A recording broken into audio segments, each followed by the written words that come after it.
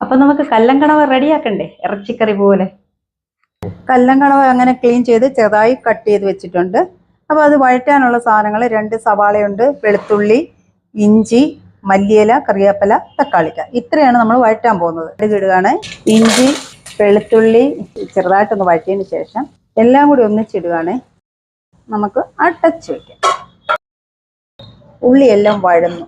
ഉലുവാപ്പൊടി, കുരുമുളക് പൊടി, മഞ്ഞൾപ്പൊടി, ഉപ്പ് ഒന്ന് മിക്സ് ചെയ്തതിന് ശേഷം ക്ലീൻ ചെയ്ത് വെച്ചേക്കുന്ന കണവയും കൂടി അങ്ങോട്ടിടും. കണവയുടെ നീര് തന്നെയാണ്. വറുത്ത് വെച്ചേക്കുന്ന മുളക് പൊടി, മല്ലിപ്പൊടി, മഞ്ഞൾപ്പൊടി തട്ടുക. അങ്ങനെ നമ്മുടെ കണവക്കറി ഇവിടെ റെഡി ആയിട്ടുണ്ട്. ഇനി മല്ലിയിലൊക്കെ ഇട്ട് ലാസ്റ്റ് ആയിട്ടുണ്ട് കഴിക്കാം. ചൂട് പൊറോട്ട, കണവക്കറി പൊറോട്ടയുടെ കൂടെ തന്നെ കഴിക്കണം. അപ്പൊ ഇതുപോലെ ഉണ്ടാക്കിയിട്ട് അറിയിക്കുക. Okay, by.